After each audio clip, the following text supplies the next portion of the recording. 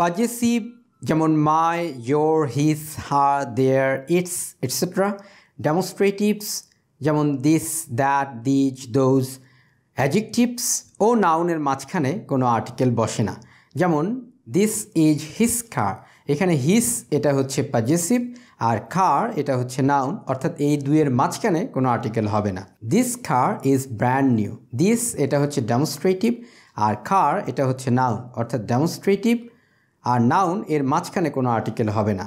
My mother possesses a strong moral character. Moral এটা হচ্ছে adjective আর character এটা হচ্ছে নাউন। অ্যাডজেক্টিভ আর নাউনের মাঝখানে কোনো আর্টিকেল হবে না।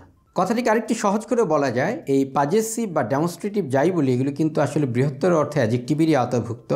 তাহলে অ্যাডজেক্টিভ ও নাউনের মাঝখানে কোনো আর্টিকেল হবে না।